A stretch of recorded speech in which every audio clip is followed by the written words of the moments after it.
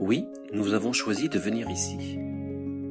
Mais concernant cette croyance notamment religieuse selon laquelle plus je souffre, plus j'évolue, je n'y adhère pas.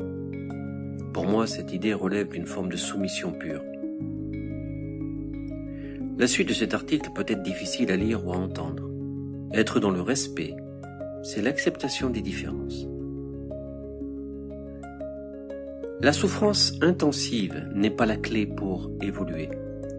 La souffrance intensive est la clé pour ce système duel et prédateur. Elle n'est pas la clé pour évoluer. Je n'ai plus besoin d'évoluer. L'humain a besoin de se réunifier, oui, mais en tant qu'être, en tant que conscience, cette quête d'évolution devient caduque. Même certains êtres célestes sont bien moins avancés que nous sur ce plan-là.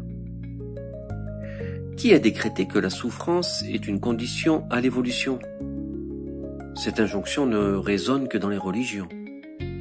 La souffrance émet des fréquences bien spécifiques, et elle alimente un égrégore dont il faudrait sérieusement interroger la nature et l'impact sur le vivant. À l'opposé, on nous dit qu'il faut être dans l'amour. Mais alors, faut-il forcément souffrir pour ressentir cet amour? Ici-bas, peut-être que oui, mais ce n'est pas de l'amour avec un grand A. Aucun humain dans cette zone Terre ne connaît l'amour, car il ou elle ne s'en rappelle plus. On ne se rappelle plus, en tant qu'être incarné, ce que nous sommes, et encore moins ce qu'est le véritable amour. L'humain ressent qu'une infime partie de cet amour, qui est noyé dans un océan d'émotionnel. Les émotions ne sont pas de l'amour, mais des ressentis humains. Cette histoire, c'est dans la souffrance que tu reconnaîtras Dieu, ou tu reconnaîtras ce qu'est l'amour, ou bien c'est ainsi que tu pourras évoluer, est une belle manipulation religieuse et spirituelle. C'est comme si vivre un froid glacial nous faisait percevoir 8 ou 10 degrés comme une douce chaleur, alors que de manière objective, ce n'est pas si chaud. Cela fait partie d'une stratégie, une manipulation bien ficelée qui pousse les consciences incarnées, pourtant volontaires, soi-disant le libre arbitre, à alimenter des forces involutives, voire même certaines entités galactiques dites positives. Le cycle de réincarnation dans ce cadre est devenu une prison, une mécanique entretenue par des énergies colossales au service d'une matrice altérée.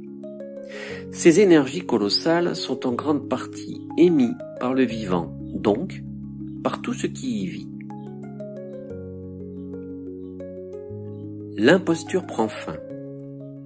Alors oui, j'attends avec une impatience sereine la fin de cette expérience humaine pour aller frapper du poing sur la table et demander des comptes à ces fameux êtres de lumière. Car qu'on le veuille ou non, il ne s'agit pas d'un combat bien contre mal. C'est bien plus complexe.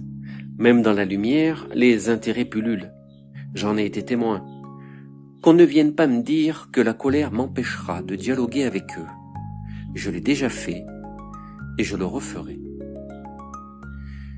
Ma colère n'est ni haineuse, ni destructrice. Elle est propulsée par l'amour pour la vie véritable. Et ça, ils le savent très bien. Ces êtres, eux aussi, sont déstabilisés. Certains galactiques et non incarnés quittent leur clan et rejettent les règles imposées. Des règles qui ont été installées pour asservir le vivant dans cette matrice qui a été modifiée. Ces modifications sont constantes. Elles amplifient la dualité et la souffrance. Même les animaux, à leur manière, sont piégés dans les lois de la prédation. Mais la vie, la vraie, ne fonctionne pas ainsi. Elle est ni répétitive, ni programmée, ni basée sur la souffrance. Ce dogme est une imposture. Je fais partie de ces consciences qui refusent cette mascarade.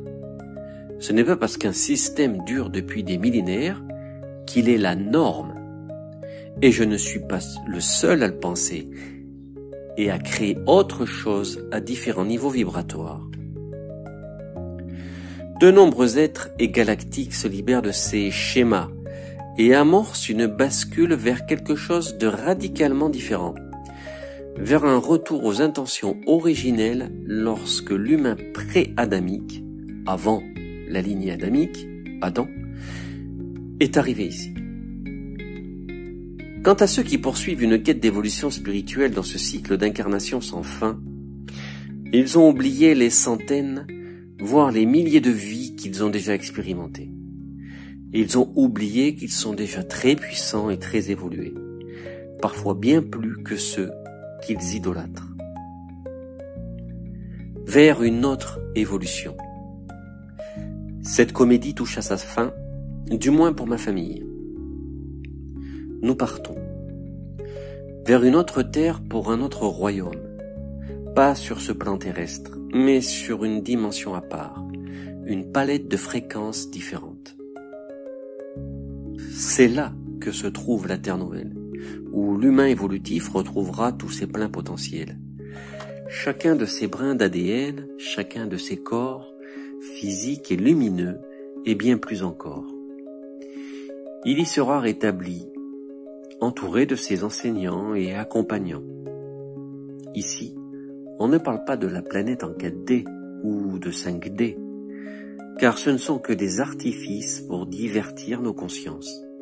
C'est une grille de fréquences retouchée, destinée à masquer la même volonté de maintenir le vivant sous contrôle. Non, la palette fréquentielle de cette Terre Nouvelle est pure et inaccessible.